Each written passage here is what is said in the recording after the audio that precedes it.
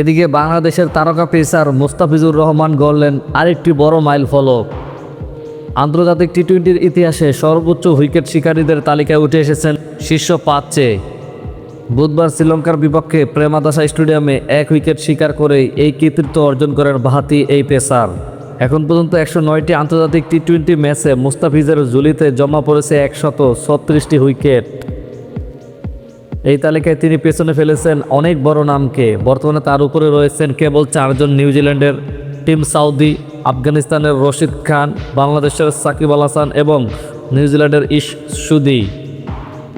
এই তালিকায় মুস্তাফিজই একমাত্র বাঁহাতি পেসার। অন্যদিকে তালিকার শীর্ষে থাকা টিম সাউদির ডানহাতি পেসার, যিনি 123 ইনিংসে শিকার করেছেন 164 উইকেট। দ্বিতীয় স্থানে থাকা রশিদ খান 96 ম্যাচে নিয়েছেন 161 উইকেট।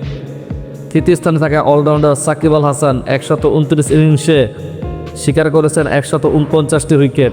চতুর্থ স্থানে থাকা ইশশুদি 125 ম্যাচে নিয়েছেন 146 উইকেট।